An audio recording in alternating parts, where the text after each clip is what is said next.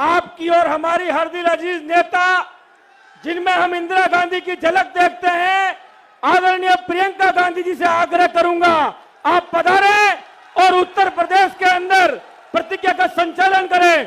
प्रियंका गांधी, प्रियंका गांधी।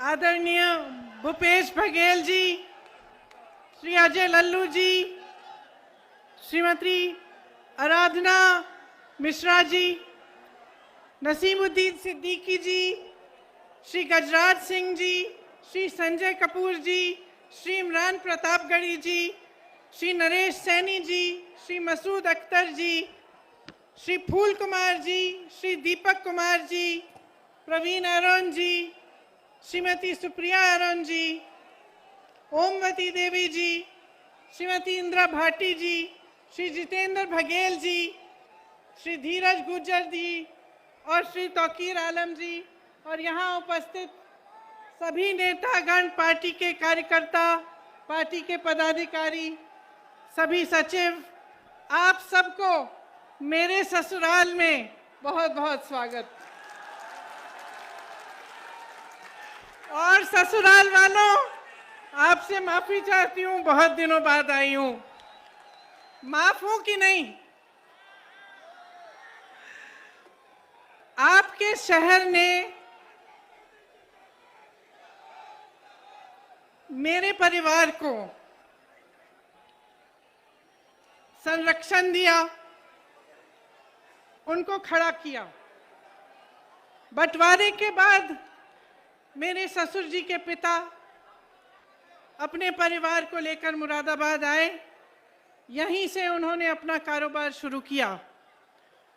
यहाँ के हुनर, यहाँ के लोगों की मदद से, उनकी अपनी मेहनत से उन्होंने अपना जीवन बनाया, अपने बच्चों का भविष्य बनाया। आज मुझे यहाँ आकर बहुत गर्व हो रहा है और मैं आप सबको भी यहाँ इस सभा में आप सबकी भी स्वागत करना चाहती हूँ। मुरादाबाद देश विदेश में पीतल नगरी के नाम जाना जाता है। मुझे याद है, शादी के वक्त एक खुशहाल शहर था, समृद्ध था, तेजी से आगे बढ़ रहा था। यहाँ उस समय हवाई अड्डे बनने की भी बात होती थी और शहर को विकसित करने की बहुत बातें होती थी। उस समय ये सब हो क्यों पाया? क्योंकि आपके हुनर के साथ साथ, व्यापारियों के मेहनत के साथ साथ, मजदूरों के मेहनत के साथ साथ आपको के पास एक ऐसी सरकार थी जिसने आपका समर्थन किया, जिसने आपको आगे बढ़ने के लिए, आपको विकसित बनाने के लिए मदद किया। मुझे याद है उस समय एक्सपोर्ट प्रमोशन काउंसिल हैंडीक्राफ्ट के लिए बनी। एक्सपोर्टरों को ड्रॉबैक मिलते थे, ब्याज की सब्सिडी मिलती थी। राजीव गांधी जी, मेरे पिताजी ने कारोबारियों के लोन भी माफ़ किए, टैक्स में भी मदद होती थी। उस तरह से यहाँ का कारोबार बहुत बड़ा, आपका ये शहर फूला फला आगे बढ़ा। आज स्थिति क्या है? आज हालात क्या है? जहां 8,000 करोड़ रुपए का कारोबार होता था, निर्यात होता था यहाँ से, आज 2,000 करोड़ घट गया है। सिर्फ पिछले 5-6 सालों में 3 लाख कारीगरों की रोजी रोटी खत्म हो चुकी है। भाजपा की नीतियों ने कारोबार, आपके भविष्य को बर्बाद किया है। सबसे पहले तो नोटबंदी लागू की, इससे आपको बहुत संकट हुआ। आपको बताया गया कि देश के लिए ये काम हो रहा है कि काला धन वापस आएगा। कोई काला धन वापस नहीं आया। आप सबको अच्छी तरह मालूम है कि क्या हुआ। उसी तरह से जीएसटी लागू की गई, जिससे आपकी कमर तोड़ी गई। निर्यातकों का ड्रॉबैक खत्म किया गया, ब्याज पर सब्सिडी नहीं मिलती, कारीगरों को दिहाड़ी की दिहाड़ी आधी हुई। कारोबारों में मंदी हुई, बिजली महंगी हुई, डीजल महंगा हुआ, कच्चा माल महंगा हुआ। उधर चीन तेजी से आगे बढ़ रहा था। जिस तरह से उन्होंने एक एक हुनर को लेके पूरे शहर में इंफ्रास्ट्रक्चर बनाया, उस तरह से हमें यहाँ पे भी बनाना चाहिए था। यहाँ पे सारी उपलब्धियां और सारी सुविधाएं उपलब्ध होनी चाहिए थी। यहाँ का इंफ्रास्ट्रक्चर मजबूत करना चाहिए था। यहाँ पे पूरी तरह से मदद करनी चाहिए थी ताकि आपका शहर भी विकसित हो पाए। ये सब नहीं हुआ। आपने पीतल नगरी बनाई, उद्योग नगरी बनाई, अपने हाथों से, अपने खून, अपने पसीने से बनाई। ये सरकार सिर्फ अंधेर नगरी बनाती है और अंधेर नगरी का चौपट राजा है। व्यापार आज पूरे प्रदेश में चौपट है, युवाओं का भविष्य चौपट है, खेती किसानी चौपट है, महंगाई से घर का बजट चौपट है। आपने देखा होगा 27 नवंबर को यूपी टेट की परीक्षा हुई। 22 लाख युवाओं ने मेहनत की, 2 सालों के लिए काम किया। क्या हुआ? पेपर आउट हो गया, परीक्षा रद्द की गई, भर्ती फिर से लटक गई। फिर से क्यों कह रही हूं? क्योंकि इस तरह से तमाम भर्तियां हैं। मैं ऐसे लोगों से बात कर चुकी हूं, ऐसे युवाओं से बात कर चुकी हूं जो 6 सालों से नियुक्तियों का इंतजार कर रहे हैं, जिन्होंने 4-5 परीक्षाएं दे दी हैं, लेकिन आज तक उनको रोजगार नहीं मिला। यहां पेपर आउट हुआ, नई बात नहीं थी। 12 परीक्षाओं में इस तरह से हुआ है। 10 लाख से अधिक सरकारी पद खाली पड़े हैं, लेकिन युवाओं को रोजगार नहीं मिल रहा। योगी आदित्यनाथ जी बयान देते हैं कि उत्तर प्रदेश में नौकरियां बहुत हैं, नौकरी योग्य युवा कम है। अब आप बताइए, जहां जहां मैं जाती हूं मुझे ऐसे युवा मिलते हैं जिन्होंने बीए पास की है, किसी ने आईटीआई पास किया है, किसी को एमए भी हुआ है, और मुश्किल से संघर्ष करके। मैं एक वाल्मीकि कॉलोनी में गई लखनऊ में, वहां मैं एक महिला से मिली। उसने मुझे कहा कि मैं संघर्ष करके घरों में काम कर करके 4-5 हजार रुपए का वेतन लेके मैंने अपनी बेटी को पढ़ाया। मेरी बेटी बीए कर चुकी है, आईटीआई पास है, आज तक दर दर भटक रही है, उसको नौकरी नहीं मिली। अगले घर में गई, वही समस्या, अगले घर में गई, वही समस्या। मैं कम से कम 10 परिवारों से मिली उसी एक कॉलोनी में। सब ने मेहनत से अपने बच्चों को पढ़ाया। नौजवान मेरे सामने आए, उन्होंने सब ने कहा कि दीदी हमने पढ़ाई की है, कहीं पे रोजगार नहीं मिलता। और योगी जी इस तरह के बयान देते हैं। ये सब क्यों हो रहा है? मैं आपको एक छोटी सी बात बताती हूँ। बघेल जी यहाँ उपस्थित हैं। 2 दिन पहले बघेल जी बता रहे थे कि उत्तर प्रदेश के कुछ व्यापारियों से, उद्योगपतियों से उनकी चर्चा चल रही थी। तो उन उद्योगपतियों ने बताया कि एक पोर्टल की जरूरत थी, जिसके लिए वह मुख्यमंत्री जी से मिलना चाह रहे थे, लेकिन पिछले 4 सालों से उनको मिलने का मौका नहीं मिला। तो बघेल जी से मैं बात कर रही थी कि ऐसा कैसे हो सकता है कि 4 सालों से कोई अपनी समस्या को लेकर भटक रहा है। उद्योगपति हैं, व्यापारी हैं, प्रदेश को आगे बढ़ाने वाले लोग हैं, कैसे हो सकता है कि मुख्यमंत्री जी इनके लिए समय नहीं बना रहे हैं? तो बघेल जी ने मुझे एक बात कही जो मेरे मन में रही। उन्होंने कहा, देखिए दीदी, हमारे प्रदेश में जाति और धर्म पर आधारित राजनीति कम होती है और विकास पर आधारित राजनीति होती है। उत्तर प्रदेश में सांप्रदायिकता पर आधारित राजनीति और जातिवाद पर आधारित राजनीति इतनी भयानक है कि मुख्यमंत्री भी जानता है कि लोगों की समस्याओं का हल करने के बजाय चुनाव के समय आएगा, धर्म की बात करेगा, जाति की बात करेगा, चुनाव जीत के निकल जाएंगे और उनको कोई जवाबदेही ही नहीं रहेगी। तो ये बात मेरे मन में बहुत गहराई से, मैंने इस बारे में सोचा। ये बात सही है। जब तक पब्लिक जवाबदेही नहीं मांगेगी अपनी नेताओं से, तब तक ये सिलसिला चलता रहेगा।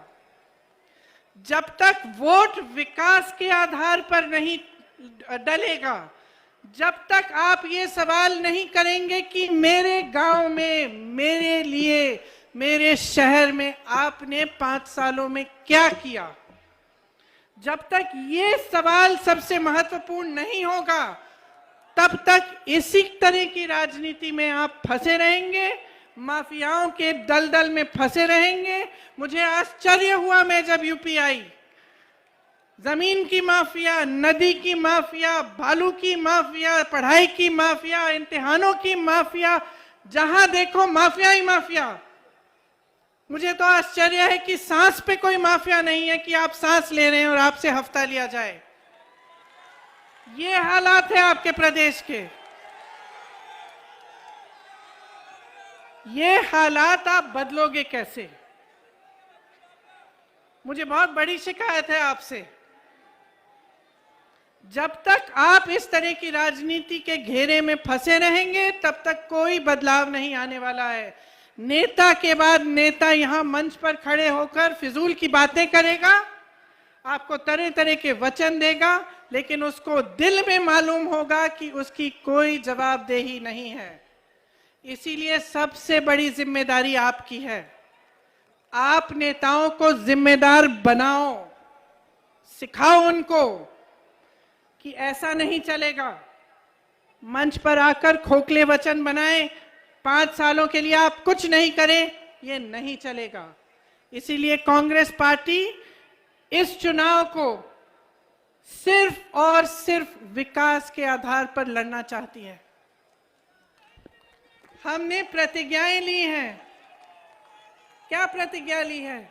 कि हम 20 लाख रोजगार दिलवाएंगे, हर जिले में हम उद्योगों के हब लगवाएंगे। ये प्रतिज्ञा इसलिए है क्योंकि खोखला वचन नहीं है। आपको मुख्यमंत्री जी ने कहा कि किस तरह से उन्होंने वचन दिया और 2 घंटे के अंदर अंदर कर्ज माफ किए। उन्होंने आपको बताया कि किस तरह से छत्तीसगढ़ में आज कांग्रेस की सरकार 2500 रुपए क्विंटल धान खरीद रही है। तो ये कोई कल्पना नहीं है, ये सच्चाई है। अगर हम कह रहे हैं, हम करके भी दिखाएंगे। देखिए, किसानों ने जो आंदोलन किया, इससे एक बहुत बड़ी बात आगे आई है कि जब आप मन बना लेते हैं, जब आप अटल रहते हैं, आप अडिग बन जाते हैं, तो सरकार को झुकना पड़ता है। सरकारों ने, किसानों ने त्याग दिया। 700 से अधिक किसान शहीद हुए। उन 700 शहीदों के लिए प्रधानमंत्री जी 2 मिनट के लिए भी संसद में मौन नहीं रहे। 2 मिनट का मौन नहीं किया। संसद में चर्चा भी नहीं की उन कानूनों पर, जिन कानूनों को रद्द करने जा रहे थे। लखीमपुर के खेरी में नरसिंहार हुआ। किसानों को अपनी जीप के पहियों के तले एक मंत्री के बेटे ने कुचल कर मार डाला। प्रधानमंत्री जी ने एक लफ्ज नहीं कहा, योगी आदित्यनाथ जी ने एक लफ्ज नहीं कहा, बल्कि कुछ दिनों पहले लखनऊ आए, उनके साथ मंच पर वही मंत्री खड़े थे, आज भी मंत्री हैं, उनको बर्खास्त क्यों नहीं किया?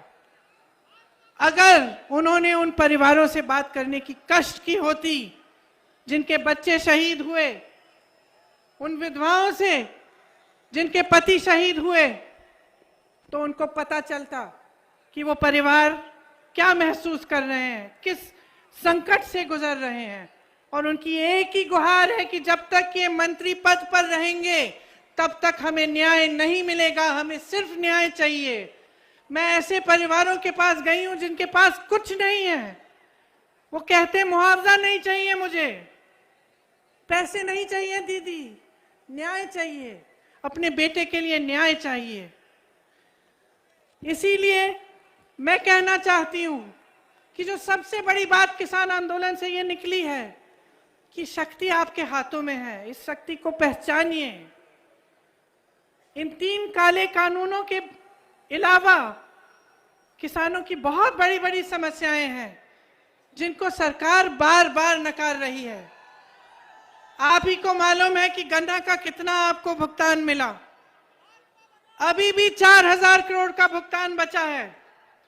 नरेंद्र मोदी जी का एक हवाई जहाज जो उन्होंने पिछले साल खरीदा, कोरोना के समय खरीदा, 8000 करोड़ का है। एक हवाई जहाज जिसमें सिर्फ नरेंद्र मोदी जी बैठ के घूमते हैं, 8000 करोड़ का है। आपका पूरा गन्ना का भुगतान 4000 करोड़ का है। संसद के सुंदरीकरण में जो अच्छा खासा संसद है, 70 सालों से चला आ रहा है, एक ऐतिहासिक इमारत है, उसके सुंदरीकरण करने के लिए ये लोग 20,000 करोड़ खर्च सकते हैं, आपके लिए कुछ नहीं दे सकते। आपके कर्ज माफ करने की बात होती है तो चुप हो जाते हैं, कहते हैं कि पैसा नहीं है। आज खाद की लाइनों में किसान अपना दम तोड़ रहे हैं। मैं ललितपुर के 4 परिवारों से मिलने गई। 2 किसानों ने खाद की लाइन में खड़े होते हुए दम तोड़ा और 2 ऐसे किसान थे जो इतने समय के लिए खाद की लाइन में खड़े रहे और खाद खत्म हो गई, मायूस होकर घर आए, आत्महत्या कर ली। उनकी छोटी छोटी सी बच्चियों ने मेरे से बात की कि दीदी हम क्या करेंगे। डीजल का दाम आसमान छू रहा है। आपको एमएसपी के कम दाम में आपसे धान और गेहूं खरीदा जा रहा है।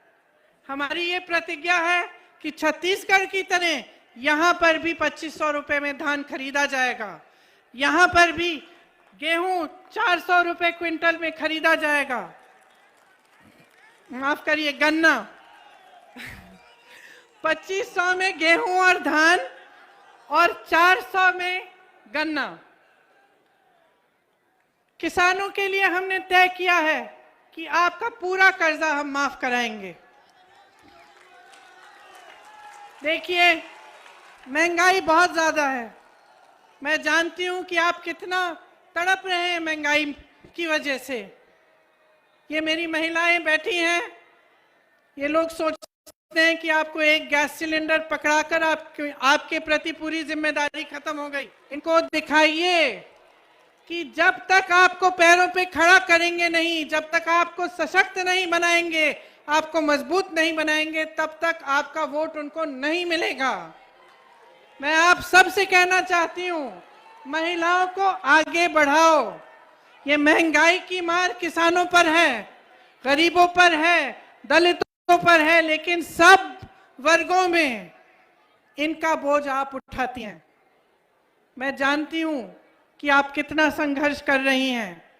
बिजली कितनी महंगी हो गई है, आटा, मोबाइल का डेटा, जीवन बीमा, सरसों का तेल, पेट्रोल, डीजल, हद से ज्यादा महंगाई है। आपको बड़े बड़े बिल मिलते हैं। मैंने देखी है ये बिल।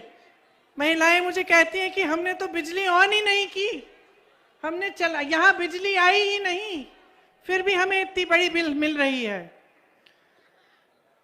आप सब यहां पर, ये एक ऐसा शहर है जहां उद्योग है। आप सब जानते हैं कि बिजली का कमर्शियल रेट कितना है और इसकी वजह से कितना नुकसान हो रहा है। आपको कहा गया था मुरादाबाद को स्मार्ट सिटी बनाया जाएगा, क्या बना? केवल एक ही चीज स्मार्ट है, स्मार्ट मीटर और स्मार्ट लूट। और मैं बहनों को कहना चाहती हूं कि आपको सशक्त करना चाहते हैं हम। मैं आपके साथ खड़ी हूं, मैं आपको आगे बढ़ाना चाहती हूं। 40%, मैं कह रही हूं कि 40% टिकट महिलाओं को मिलने चाहिए। क्यों कह रही हूं? मैं अपनी बहनों के घर जाती हूं, यहां पर बलात्कार होते हैं, महिलाओं का शोषण होता है, महिलाओं को कुचला जा रहा है और कोई कुछ नहीं कह रहा है, कोई आवाज नहीं उठा रहा है। कोई आपको आगे बढ़ाने की बात नहीं कर रहा है। सब विज्ञापनों में है, सब सिर्फ विज्ञापनों में है। असली सवाल यह है कि आपकी भागीदारी राजनीति में क्या है? आपके लिए लड़ने वाली महिला कैसे आगे बढ़ेगी? तो 40% आप जब टिकट लेंगे कांग्रेस से, ठीक है, हो सकता है पहली बार थोड़ी आप में से कुछ हो जो जीते, हो सकता है कि कुछ ना जीते, कोई बात नहीं, सशक्त बनेंगी, अगली बार जीतेंगी, अगली बार फिर से मौका मिलेगा और ज्यादा मौका मिलेगा। यहां नौजवान लड़कियां हैं, आप सहना नहीं चाहती, सच बताओ, सहना चाहती हो कि लड़ना चाहती हो? अपने हकों के लिए लड़ना चाहती हो या अत्याचार सहना चाहती हो? लड़ना चाहती हो ना? ये स्कूटी किसके लिए है? स्मार्टफोन किसके लिए है? आपको मिलेगा। आप महिलाओं को सशक्त बनाओ। ये जितनी भी राजनीति है, ये जितनी भी जातिवाद पर आधारित ये सांप्रदायिक राजनीति सब खत्म हो जाएगी। आप खड़ी हो जाएंगी तो आपकी शक्ति को कोई पहचान नहीं रहा है। 50% आबादी है, 50% बहुत बड़ा आंकड़ा होता है। सशक्त बनो, अपने हक के लिए खुद लड़ो। कोई नहीं आएगा तुम्हारे लिए लड़ने के लिए, तुम खुद लड़ोगी और मैं तुम्हारे साथ खड़ी हूं। जोर से बोलो, लड़की हूं, लड़की हूं, शाबाश, लड़की हूं, शाबाश। देखिए, किसानों के लिए हमने तय किया है कि हम कर्जा माफ करेंगे और सबके लिए तय किया है कि बिजली बिल हाफ होगी। कोरोना काल का बकाया खास तौर से जो छोटे दुकानदार, छोटे व्यापारियों ने दिया, वो साफ किया जाएगा। कोरोना में आपने बहुत संकट झेला, सरकार आपके प्रति आक्रामक बन गई। आपने ऑक्सीजन मांगा तो सरकार आपके पीछे पड़ गई, आपकी मदद नहीं हुई। आपको ये दौर अच्छी तरह से याद होगा। उद्योग, एक्सपोर्ट, ठेले कुमचे वाले, सबका व्यापार कम हुआ, काफी लोगों का व्यापार बंद भी हुआ। उन्हें हम फिर से मदद करना चाहते हैं कि दोबारा अपने पैरों पे खड़े हों। इसीलिए सबसे गरीब परिवार, जिन्होंने सबसे ज्यादा संकट, जिनको सबसे ज्यादा संकट पहुंचा कोरोना से, उनको हम 25,000 रुपए देना चाहते हैं। देखिए, अगर हमारी सरकार आएगी, अगर हमारी सरकार आएगी तो चाहे कोई भी बीमारी हो, 10 लाख रुपए का इलाज सरकार मुफ्त में कराएगी।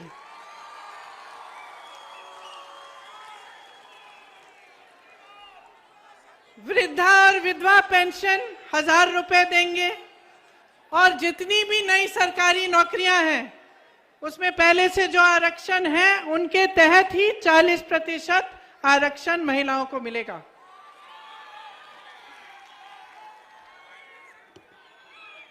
सुनिए, लोकतंत्र में जनता जिंदाबाद है। मैंने आपसे पहले भी कहा, मेरी आप सबसे शिकायत है, अपने नेताओं से आप हिसाब नहीं मांगते। चुनाव आता है तो सफाई कर्मचारियों के साथ नरेंद्र मोदी जी अपनी फोटो खिंचवा लेते हैं। आगरा में अरुण वाल्मीकि के पूरे परिवार को 3-4 दिनों के लिए जेल में रख के, पुलिस स्टेशन में रख के बुरी तरह पीटा जाता है तो कुछ नहीं कहते, आप हिसाब नहीं मांगते। हाथरस में एक दलित लड़की के साथ बलात्कार किया जाता है, पुलिस प्रशासन द्वारा उसकी चिता जलाई जाती है, उसके माँ बाप को आने भी नहीं दिया जाता। प्रधानमंत्री जी चुप रहते हैं, मुख्यमंत्री जी चुप रहते हैं, आप हिसाब क्यों नहीं मांगते? किसानों का रोज रोज अपमान किया, तरह तरह की चीजें कही, देशद्रोही, आंदोलन जीवी, भगवान जाने क्या क्या कहा। चुनाव आ रहा है ना, चुनाव आ रहा है ना, अब क्या कह रहे हैं? मुझे माफ करिए, क्यों माफ कर रहे हैं आप? क्यों माफ कर रहे हैं? हिसाब मांगिए। कोरोना काल में लापरवाही हुई, किसने भुगता? किसके परिवार उजड़े? आपने हिसाब मांगा? हिसाब मांगो। आपको अगर डिलीवरी चाहिए, आगे बढ़ना चाहते हैं आप, राजनीतिक दलों और उनके नेताओं से अपना रिश्ता बदलो, उनकी असलियत पहचानो, उन्हें अपने प्रति जवाबदेह बनाओ, उनसे हिसाब मांगो। मैंने सुना है कई लोग कहते हैं कि भाजपा तो फूट फैलाकर फिर से जीतेगी। क्यों?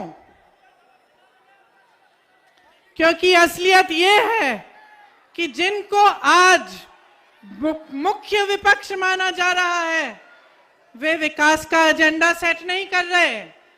वे भी इसी तरह की राजनीति करना चाहते हैं। सपा और बसपा ने भी जाति और धर्म की ही राजनीति को आगे बढ़ाया है।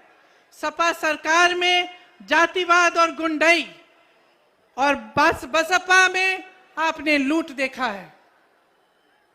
तो स्वाभाविक है विकास की बात नहीं होगी, आपके मुद्दे उठाए नहीं जाएंगे।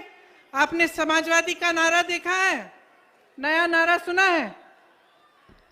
आ रहे हैं अखिलेश।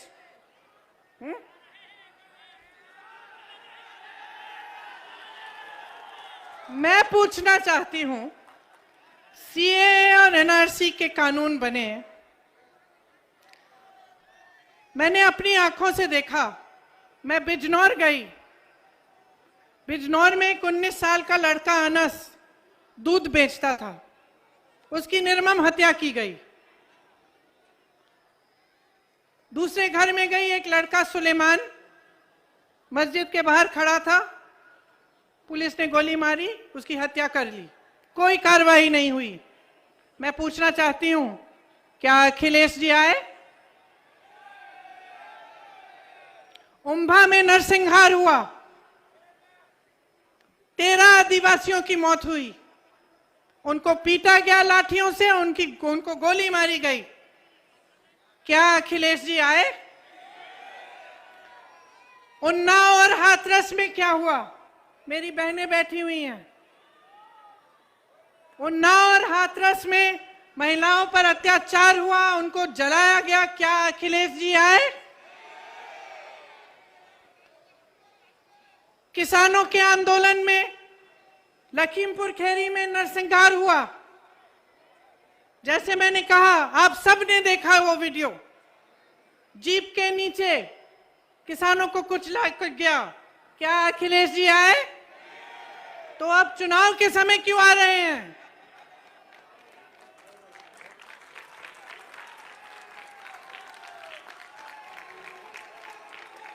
चुनाव के समय उनकी पार्टी और वो अचानक जीवित क्यों हो रहे हैं?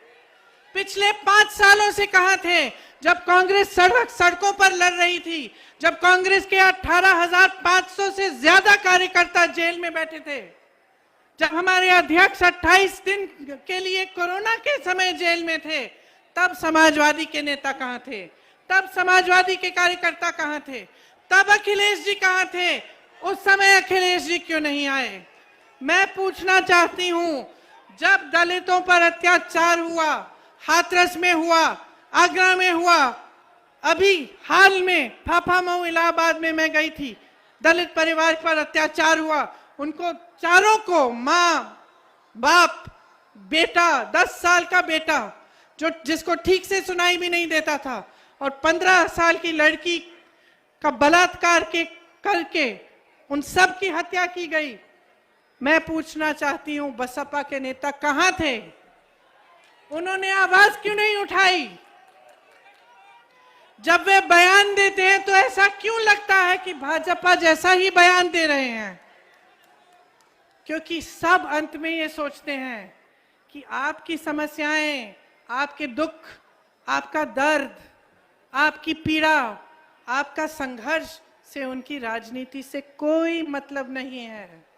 सब सोचते हैं कि वे सांप्रदायिकता के आधार पर जाति के आधार पर आपसे वोट मांगने आएंगे। आप देखेंगे कि आपके प्रतिनिधि हैं, आप सोचेंगे आपकी जाति के या आपके धर्म के, आपसे वोट मिल जाएगा और उनको कोई काम करने की जरूरत नहीं है। ये सोच आपको जबरदस्ती बदलवानी है। आपका संघर्ष है जिसने इस देश को बनाया है। किसानों की शहादत ने इस देश को बनाया है।